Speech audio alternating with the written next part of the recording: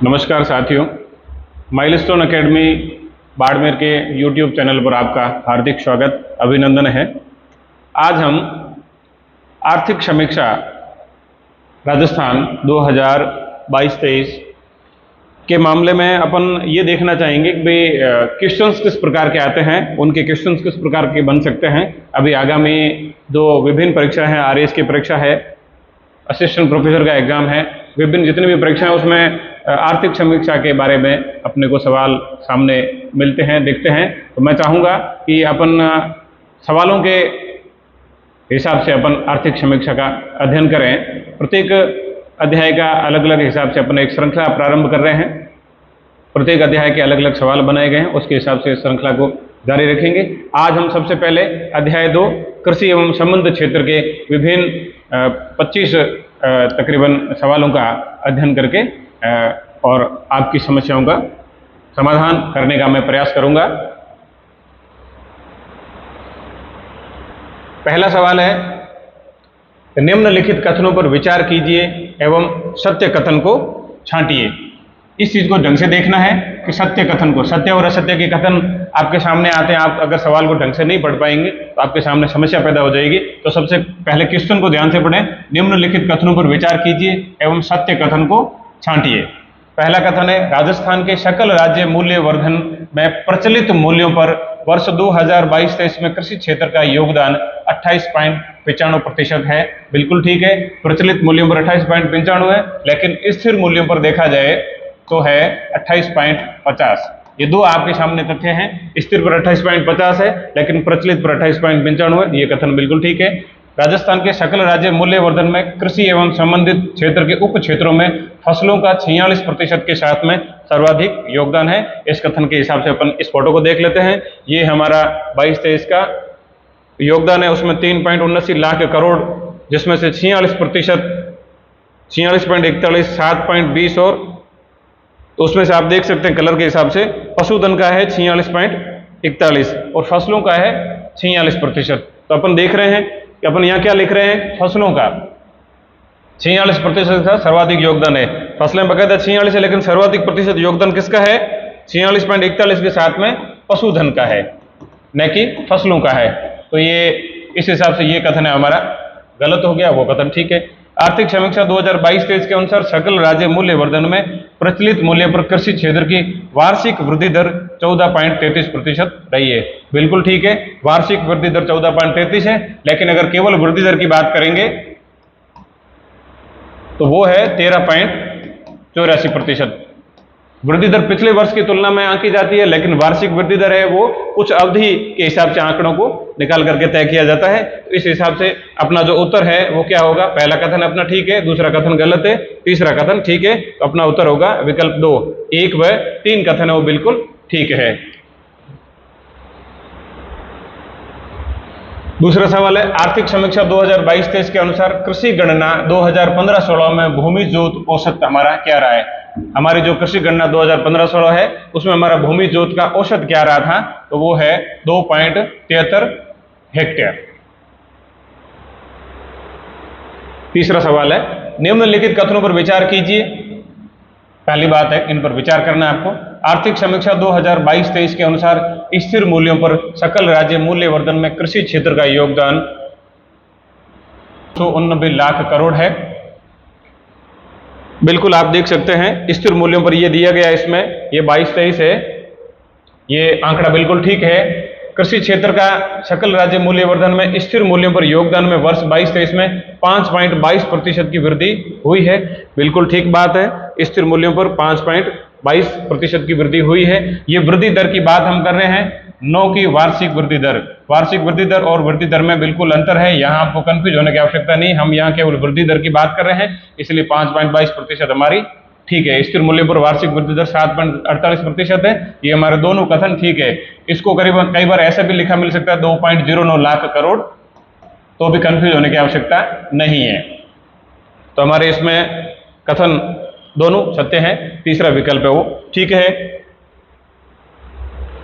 आर्थिक समीक्षा 2022-23 के अनुसार भू उपयोग सांख्यिकी वर्ष 20-21 के आंकड़ों के अनुसार शुद्ध बोया गया क्षेत्रफल प्रतिशत। आर्थिक समीक्षा तो 22-23 की है, लेकिन उसमें आंकड़े हैं वो 20-21 के दिए हुए हैं, इसीलिए भू उपयोग के जो आंकड़े हैं सांख्यिकी 20-21 के आंकड़ों के हिसाब से सवाल पूछा गया है। इसमें शुद्ध बोया गया क्षेत्रफल, हमारा जो टोटल क्षेत्रफल है उसमें कुल कितना क्षेत्रफल है वो शुद्ध रूप से बोया गया है उसका प्रतिशत देखना है। तो ये हमारे भू उपयोग सांख्यिकी आंकड़े 20-21 के हैं। इसमें आप देख सकते हैं इसमें सबसे बड़ा क्षेत्र है 52.34%, जो कि शुद्ध बोया गया क्षेत्रफल को प्रदर्शित करता है। इसके अलावा आप देख सकते हैं 8.8% वानिकी है, 5.86% कृषि है, 6.91% ऊषर भूमि है, 4.86% स्थायी चारागाह है, 10.87 बंजर भूमि है, 6.10 अन्य चालू पड़त है, 4.89 चालू पड़त है और 0.09 है वो बिल्कुल वृक्षों का झुंड इस प्रकार का है। तो इसमें अपना जो उत्तर है वो 52.34% सही माना जाएगा। 52.34% अपने पहले विकल्प में है, तो हमारा ये उत्तर है वो बिल्कुल ठीक है। अगला है निम्नलिखित कथनों पर विचार कीजिए और सही कथन को चुनना है। इनमें से जो सही कथन है उनको अपने को चुनना है। राजस्थान में वर्ष 22-23 में कुल खाद्यान्न उत्पादन 254 लाख मीट्रिक टन संभावित है। संभावित की बात कर रहे हैं अपन, टोटल खाद्यान्न, तो ये कुल खाद्यान्न की बात है। कुल खाद्यान्न में 254 लाख मीट्रिक टन, 253.99, तो 254 लाख मीट्रिक टन संभावित, बिल्कुल बात ठीक है। राजस्थान में वर्ष 22-23 में तिलहन एवं गन्ना के उत्पादन में सर्वाधिक वृद्धि अनुमानित है। तिलहन एवं गन्ना के संबंध में सर्वाधिक वृद्धि अनुमानित है। तो सबसे पहले अपन तिलहन को देखते हैं। तो ये रहा तिलहन। तिलहन 21-22 में 102.68 हुआ लाख मीट्रिक टन हुआ था और वर्तमान में अपन 99.78 लाख मीट्रिक टन का अग्रिम अनुमान लगा रहे हैं। तो इसमें वृद्धि अनुमानित अपने को नहीं दिख रही है, इसमें कमी नजर आ रही है। तो ये तिलहन वाला ठीक नहीं है। गन्ने की बात है तो गन्ने में भी यही स्थिति है, 3.21 से 2.78, इसमें भी कमी है। तो ये कथन जो है बिल्कुल ठीक नहीं है। तिलहन एवं गन्ना की बजाय खाद्यान्न में अपने को वृद्धि नजर आती है, 231.52 लाख मीट्रिक टन से 254 लाख मीट्रिक टन तक पहुंच रहा है। तो खाद्यान्न में वृद्धि है, लेकिन तिलहन और गन्ने में वृद्धि का कोई कंसेप्ट सामने नहीं आ रहा है। राजस्थान में वर्ष 2022-23 में खाद्यान्न फसलों के क्षेत्रफल में 9.71% की वृद्धि अनुमानित है। इसको भी अपने को देखना है कि हमारा जो क्षेत्रफल है उसमें कितनी वृद्धि अनुमानित है। तो हमारा जो क्षेत्रफल 2021-22 में 155.57 लाख हेक्टेयर था, जो कि 22-23 में हमारा अनुमान है 154.68 है। तो इसमें ये वृद्धि नहीं होकर के कमी है। तो ये क्षेत्रफल की बात तो गलत है, क्षेत्रफल में तो हमारे यहाँ वृद्धि नहीं होकर के कमी है। ये 9.71% का जो आंकड़ा है ये उत्पादन का है। उत्पादन में वृद्धि 9.71% की अनुमानित है, लेकिन क्षेत्रफल में वृद्धि अनुमानित नहीं है। क्षेत्रफल में हमारे कमी प्रदर्शित हो रही है। तो हमें क्या ढूंढना था? सही कथन ढूंढना है। तो एक पहला कथन ठीक है, दूसरा कथन गलत है, तीसरा कथन भी गलत है। तो इसमें हमारा उत्तर होगा विकल्प 4 केवल 1। आर्थिक समीक्षा 2022-23 के अनुसार राजस्थान का वर्ष 20-21 में देश के कुल उत्पादन में निम्नलिखित में से किस फसल में प्रथम स्थान नहीं है? हम नहीं की बात कर रहे हैं। 20-21 का आंकड़ा जो है वो हमारे पास अपडेट है आर्थिक समीक्षा में, उसके हिसाब से देखना है कि कौन सी फसल में हमारा पहला स्थान नहीं है। इसका मतलब इनमें से किसी 3 में हमारा पहला स्थान है। तो कौन कौन से अपन देख सकते हैं, इसमें देख लीजिए। प्रथम स्थान बाजरा राजस्थान, सरसों राजस्थान, पोषक अनाज राजस्थान, तिलहन राजस्थान, इन चारों में हमारा पहला स्थान है और ग्वार में हमारा पहला स्थान है। तो इसमें सबसे पहला ऑप्शन हमारा बाजरा, बिल्कुल हमारा पहला स्थान है। सरसों है तो सरसों में हमारा पहला स्थान है। तिलहन है तो तिलहन में भी हमारा पहला स्थान है और दलहन में हमारा पहला स्थान नहीं है। मध्य प्रदेश का दलहन में पहला स्थान है, हमारा दूसरा स्थान है, इसलिए हमारा ये तीसरा विकल्प है वो बिल्कुल ठीक है। यहाँ हम दूसरे स्थान पर हैं, बाकी तीनों हम पहले स्थान पर प्रदर्शित कर रहे हैं अपने आंकड़े। निम्नलिखित कथनों पर विचार कीजिए। राजस्थान कृषि बजट 2023 तो इसमें कृषक कल्याण कोष की राशि को बढ़ाकर 5000 करोड़ से 7500 करोड़ रुपए कर दिया गया है, बिल्कुल ठीक बात है। राजस्थान में कृषक कल्याण कोष का गठन दिसंबर 18 में किया गया था, नहीं, ये दिसंबर 2019 में इस कृषक कोष का गठन किया गया था। इसलिए आप देखेंगे इसमें जो पहला कथन है वो बिल्कुल ठीक है, दूसरा कथन है वो हमारा गलत है। तो इसमें हमारा दूसरा विकल्प ठीक होगा कि पहला विकल्प ठीक होगा, 2 गलत है और 1 सही है। एक कथन सही है और दूसरा है वो गलत है। दूसरा कथन गलत है, पहला हमारा सही है। निम्नलिखित कथनों पर विचार कीजिए। पशु गणना 2019 के अनुसार राज्य में कुल पशु है वो 568.01 लाख पशुधन है। देश के कुल पशुधन का 11.60% राजस्थान में उपलब्ध है। पहला कथन तो बिल्कुल ठीक है कि हमारे जो 2019 की गणना है उसके हिसाब से कुल पशुधन जो है 568.01 लाख है, लेकिन दूसरा कथन देश के कुल पशुधन का 11.60 नहीं 10.60% जो पशुधन है वो राजस्थान में उपलब्ध है, इसलिए हमारा दूसरा कथन है वो गलत हो गया। पहला कथन हमारा ठीक है।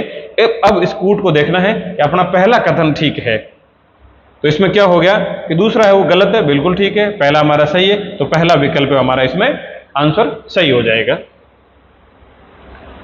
राजस्थान राज्य में कुल जिला दुग्ध उत्पादक सहकारी संघ कितने हैं? आर्थिक समीक्षा 2022-23 के अनुसार आंकड़ा है 24 का। आर्थिक समीक्षा 2022-23 के अनुसार हमारा जो आंकड़ा है वो है दुग्ध संघ का कुल 24। अगला सवाल है, निम्नलिखित कथनों पर विचार कीजिए। आर्थिक समीक्षा 2022-23 के अनुसार जिला दुग्ध संघ संयंत्रों की, हमारे जिला दुग्ध संघ कितने हैं? 24 है। इन 24 की दुग्ध प्रसंस्करण क्षमता बढ़कर 51.20 लाख लीटर प्रतिदिन हो गई है। इन जिला संघों में जो हमारे डेयरीज हैं उनमें हमारा दूध को प्रसंस्कृत करने की क्षमता है वो 51.20 लाख लीटर प्रतिदिन हो गई है। यह आंकड़ा बिल्कुल ठीक है। आर्थिक समीक्षा 2022-23 के अनुसार वर्तमान में राज्य भर में 8.59 लाख दुग्ध उत्पादक सहकारी समितियों पर आधारित डेयरी विकास कार्यक्रम, हमारा जो डेयरी विकास कार्यक्रम है उसमें राजस्थान में 8.59 लाख दुग्ध उत्पादक सहकारी समितियां उसमें रजिस्टर्ड हैं। इसके आधार पर हमारे को सही कथन ढूंढना है, तो पहला और दूसरा दोनों कथन ठीक है, तो हमारा उत्तर हो गया विकल्प 2। निम्नलिखित कथनों पर विचार कीजिए, कूट के आधार पर सही कथन को चुनना है। अब हमें इसमें से सही कथन को चुनना है। पशु गणना 2019 के अनुसार राजस्थान का पशु घनत्व 166 पशु प्रति वर्ग किलोमीटर है, बिल्कुल ठीक बात है। राजस्थान में सर्वाधिक पशु घनत्व वाला जिला डूंगरपुर है, बिल्कुल ठीक बात है। राजस्थान में न्यूनतम पशु घनत्व वाला जिला धौलपुर है, ये ठीक बात नहीं है, ये है जैसलमेर, ये है जैसलमेर। तो हमारा उत्तर क्या होगा? हमें सही कथन ढूंढने हैं 1 व 2, विकल्प 2 है वो हमारा उत्तर ठीक हो जाएगा। निम्नलिखित कथनों पर विचार कीजिए। कृषि एवं संबंधित क्षेत्र का सकल राज्य मूल्य वर्धन प्रचलित मूल्यों पर वर्ष 22-23 में 3.79 लाख करोड़ हो गया है। आप देख सकते हैं ये प्रचलित मूल्य है, प्रचलित मूल्यों पर ये 22-23 है, इसमें 3.79 लाख करोड़ हो गया है, बिल्कुल ठीक बात है। कृषि एवं संबंधित क्षेत्र की वर्ष 22-23 में वृद्धि दर 13.84% रही है। तो आप ये देख सकते हैं वृद्धि दर प्रचलित मूल्यों पर 2022-23 में 13.84% रही है। तो दोनों कथन आपके ठीक है। विकल्प तीसरा है वो बिल्कुल हमारा सही हो जाएगा। कूट के हिसाब से हमारे को सत्य कथन ढूंढना था, हमारे दोनों कथन ठीक है, इसलिए हमारा तीसरा विकल्प वो बिल्कुल सही है। राजस्थान कृषि बजट 2023-24 में कृषि के 12वें मिशन के रूप में किसे घोषित किया गया है? 11 मिशन पहले घोषित किए जा चुके हैं, उनमें से अपने को एक अब नया जो 12वां मिशन है उन चारों में से किसी एक को ढूंढना है। तो राजस्थान खाद्य प्रसंस्करण मिशन पहले है, संक्षिप्त सिटी मिशन पहले है, मिलेट्स प्रोत्साहन मिशन पहले है, राजस्थान युवा कृषक कौशल एवं क्षमता संवर्धन मिशन है। इसे नवीनतम 2023-24 के कृषि बजट में 12वें मिशन के रूप में जोड़ा गया है।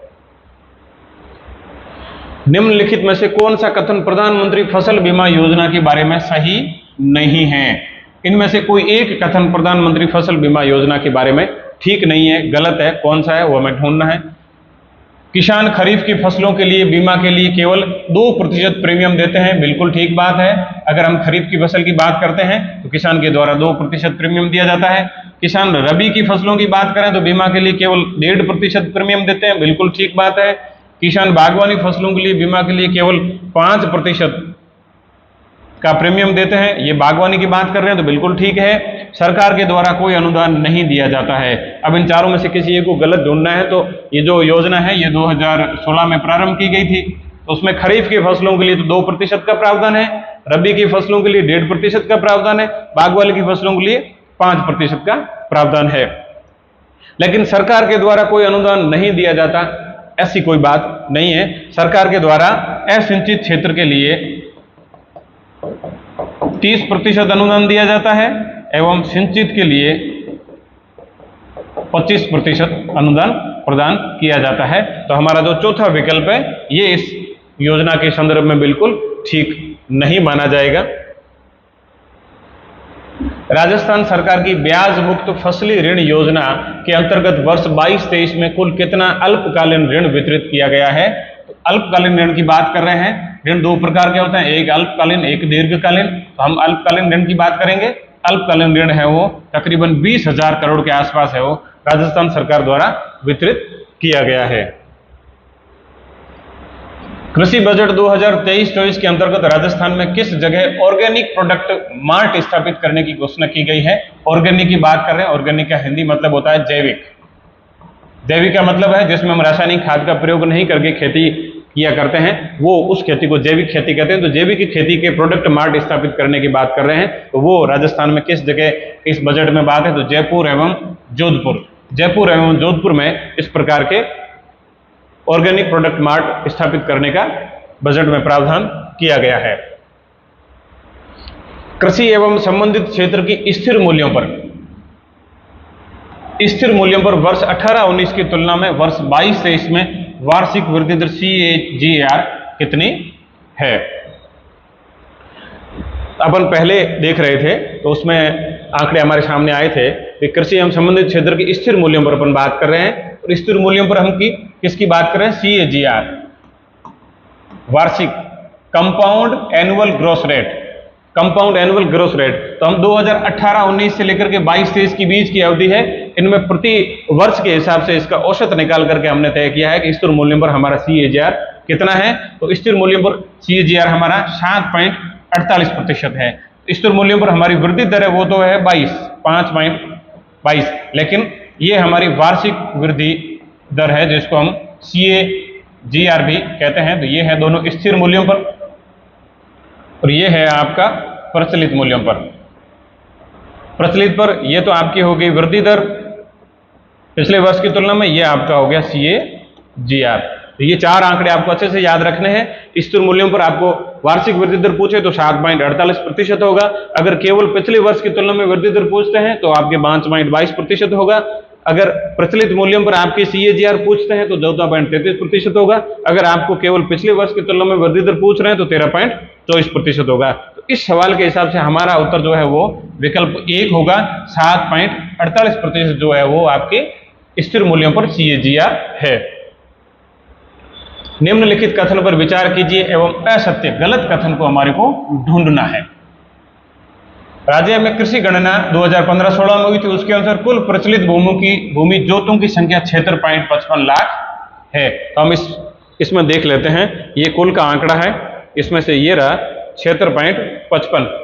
तो हमारा भूमि जोतों की संख्या है ये 2015-16 का आंकड़ा है और 76.55 लाख है। वर्ष 2010-11 की तुलना में 15-16 में भूमि जोतों की संख्या में 11.14% की कमी आई है। इस कथन को हम इसमें से देख लेते हैं। ये 2010-11 का आंकड़ा है। 2010-11 में 68.88 लाख था और 2015-16 में 76.55 लाख हुआ है। तो ये बिल्कुल आंकड़ा जो है बड़ा है, वो 11.14% जो है वो आंकड़ा बड़ा है। अपन इसमें बता रहे हैं कि इस कथन में क्या लिखा हुआ? कमी हुई है, नहीं, ये क्या हुआ है? वृद्धि हुई है, कमी नहीं हुई। तो ये हमारा कथन जो है वो बिल्कुल गलत है, ये हमारा कथन ठीक है। वर्ष 15-16 में भूमि जोतों का क्षेत्रफल, भूमि जोतों का औसत क्षेत्रफल है वो 208.73 लाख हेक्टेयर है। भूमि जोत का क्षेत्रफल वर्ष 15-16 में 15-16 में भूमि जोत का जो क्षेत्रफल है 208.73 लाख हेक्टेयर है। भूमि जोत ये 15-16 ये क्षेत्रफल है आपका, बिल्कुल 208.73। ये औसत नहीं है, बिल्कुल गलत है। औसत अपन देख चुके थे पिछली बार 273 था। तो ये भूमि जोत का क्षेत्रफल जो है हमारा 208.73 लाख हेक्टेयर है, बिल्कुल ठीक बात है। वर्ष 2010-11 की तुलना में वर्ष 15-16 में कुल भूमि जोतों के क्षेत्रफल में 1.24% की कमी आई है। ये आंकड़ा देख लो अच्छे से, 1.24% है और कमी की बात कर रहे हैं। तो ये वर्ष 2010-11 में भूमि जोत का क्षेत्रफल है वो 211.36 लाख था, 15-16 में घटकर 208.73 लाख हो गया है। तो 211 से घटा 208 पे आया है, तो -1.24। इसका मतलब है कि इस क्षेत्रफल में कमी प्रदर्शित हुई है। तो इन चारों तथ्यों को देखने के बाद में हमें गलत कथन ढूंढना है। पहला कथन क्या कहता है, 76.55 लाख है भूमि जोत है, बिल्कुल है, सही बात है। दूसरा है वर्ष 10-11 की तुलना में 15-16 में भूमि जोत की संख्या में 11.14% की कमी आई है, नहीं, ये वृद्धि हुई है। तो ये हमारा कथन खोटा है, ये बिल्कुल ठीक है। 15-16 में भूमि जोतों का क्षेत्रफल 208.73 है, बिल्कुल सही बात है। और 1.24% की कमी आई है, बिल्कुल ठीक बात है। तो हमारा दूसरा कथन है वो बिल्कुल गलत है। तो हमारा जो विकल्प है वो इस प्रश्न के अनुसार असत्य कथन होगा। दूसरे नंबर का जो कथन है वो बिल्कुल गलत है। तारबंदी द्वारा फसल सुरक्षा कार्यक्रम के संबंध में सही नहीं है, यहां भी अपने को नहीं ढूंढना है। इनमें से कौन सा सही नहीं है? तारबंदी पशुओं की सुरक्षा, फसलों की सुरक्षा के लिए प्रावधान किया गया। आवारा पशुओं से फसल सुरक्षा हेतु राजस्थान फसल सुरक्षा मिशन का एक कार्यक्रम है, जिसमें आवारा पशुओं से फसलों को बचाने हेतु इस प्रकार का कार्यक्रम चलाया गया है। अब इसमें लघु व सीमांत कृषकों को लागत का 60% या अधिकतम राशि 58,000 जो भी कम हो अनुदान दे है, बिल्कुल नहीं। या 58,000 नहीं है, या 48,000 की राशि दी जाती है, ना कि 58,000।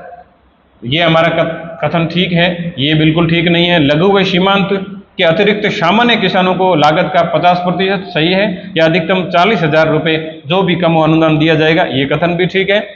प्रति कृषक 400 रनिंग मीटर की सीमा तक अनुदान दे है, प्रति कृषक को 400 रनिंग मीटर तक तारबंदी करने के लिए ये अनुदान आपको दिया जाएगा। तो चौथा कथन ठीक है, तीसरा भी कथन ठीक है, पहला भी कथन ठीक है। हमारा जो दूसरा कथन है उसमें यहाँ 60% वाली बात तो बिल्कुल सही है, लेकिन अधिकतम राशि की बात है तो 48,000 है, ना कि 58,000। इसलिए ये जो है चीज वो इस दूसरी लाइन में गलत है। इसलिए हमारा कथन है वो कथन नंबर 2 है, बिल्कुल सही नहीं माना जाएगा। इसलिए विकल्प 2 है वो उत्तर इसका माना जाएगा। राजस्थान जल क्षेत्र आजीविका सुधार परियोजना के संबंध में सही नहीं है, यहां भी हमारे को नहीं ढूंढना है कौन सा सही नहीं है। ये योजना जायका जापान इंटरनेशनल कॉरपोरेशन एजेंसी द्वारा वित्त पोषित है, बिल्कुल ठीक बात है। परियोजना की समयावधि 8 वर्ष है तथा ये योजना 26 अक्टूबर 2017 से प्रभावी है, बिल्कुल सही बात है। परियोजना के तहत 33 जिलों में 137 परियोजनाओं के पुनर्वास में जीर्णोद्धार का कार्य किया जा रहा है, नहीं। यहाँ अभी तक 27 जिलों की बात है, 33 जिलों की यहाँ कोई बात नहीं है। प्रथम चरण के तहत 21 जिलों की 65 सिंचाई परियोजनाओं का कार्य प्रक्रियाधीन है, ये कथन भी ठीक है। पहला भी कथन ठीक है, दूसरा भी कथन ठीक है, तीसरा कथन ठीक नहीं है, क्योंकि यहाँ 33 जिला नहीं होकर के 27 जिलों में 137 परियोजनाओं के बारे में पुनर्वास और जीर्णोद्धार का कार्य किया जाना है। तो हमें स्पूट में से देखना है। पहली बात तो हम ऊपर क्वेश्चन में देखेंगे कि हमें नहीं ढूंढना, मतलब सही कौन सा कथन नहीं है। तो सही कथन कौन सा नहीं है? तीसरा। तो दूसरा विकल्प है हमारा, उसमें लिखा हुआ केवल 3। ये जो है केवल 3 वो बिल्कुल इस क्वेश्चन के संबंध में असत्य कथन है। मत्स्य क्षेत्र का राजस्थान के जलाशयों में पौंड और छोटे तालाबों में लगभग 4.73 लाख हेक्टेयर में फैला हुआ है, बिल्कुल ठीक बात है। हमारा जो मत्स्य क्षेत्र है राजस्थान के जलाशय और पौंड और छोटे तालाब उन टोटल को मिलाकर के उसका जो क्षेत्रफल है वो 23 लाख हेक्टेयर है। राजस्थान के सकल राज्य मूल्यवर्धन प्रचलित मूल्य पर मत्स्य क्षेत्र का योगदान 0.39% है, बिल्कुल सही बात है। हमारा जो फसलों का उप क्षेत्रफल है उसमें देखा जाए तो 0.39 है, हमने देखा था। पशुधन जो है वो 46.41 है, फसल है वो 46% है, और मत्स्य क्षेत्र जो हमारा है वो 0.39% था, हमने उसमें देखा था। ये बात बिल्कुल ठीक है। वर्ष 22-23 में कृषि क्षेत्र के उप क्षेत्र, कृषि क्षेत्र के जो उप क्षेत्र है यही वाले पशुधन, फसल, मत्स्य क्षेत्र, इनमें से सर्वाधिक वृद्धि मत्स्य क्षेत्र में 17.35% रही है, बिल्कुल ठीक बात है। हमारे ये जो क्षेत्र हैं इनमें से सबसे अधिक वृद्धि अगर किसी क्षेत्र में रही है तो मत्स्य क्षेत्र में रही है। हालांकि उसका टोटल कंट्रीब्यूशन तो 0.39 है, लेकिन पिछले वर्ष की तुलना में देखा जाता है तो सबसे अधिक वृद्धि दर जो रही है वो मत्स्य क्षेत्र की रही है, 17.35% रही है। हमें सत्य कथन ढूंढना है। तो पहला जो विकल्प है 1, 2 व 3, ये इसमें से तीनों कथन ठीक है, इसलिए पहला जो विकल्प है वो हमारा उत्तर सही रहेगा। मुख्यमंत्री दुग्ध उत्पादन संबल योजना के तहत दुग्ध उत्पादकों को अनुदान राशि कितनी प्रदान की जाती है? वर्तमान में 5 रुपए प्रति लीटर के हिसाब से दी जा रही है। पहले 2 रुपए देते थे, फिर 3 रुपए किए, अब 5 रुपए प्रति लीटर दी जा रही है। अगला सवाल है, राजस्थान कृषि प्रसंस्करण, कृषि व्यवसाय एवं कृषि प्रोत्साहन नीति को कब जारी किया गया? हमारी कृषि प्रसंस्करण, कृषि व्यवसाय एवं कृषि प्रोत्साहन नीति जो है वो 12 दिसंबर 2019 को जारी की गई थी, इसलिए हमारा दूसरा विकल्प वो ठीक होगा। निम्न कथनों पर विचार कीजिए। राज्य में कुल घोषित वन क्षेत्रफल है हमारा 32,864.22 वर्ग किलोमीटर है, जो कि राज्य के भौगोलिक क्षेत्रफल का 11.60% है।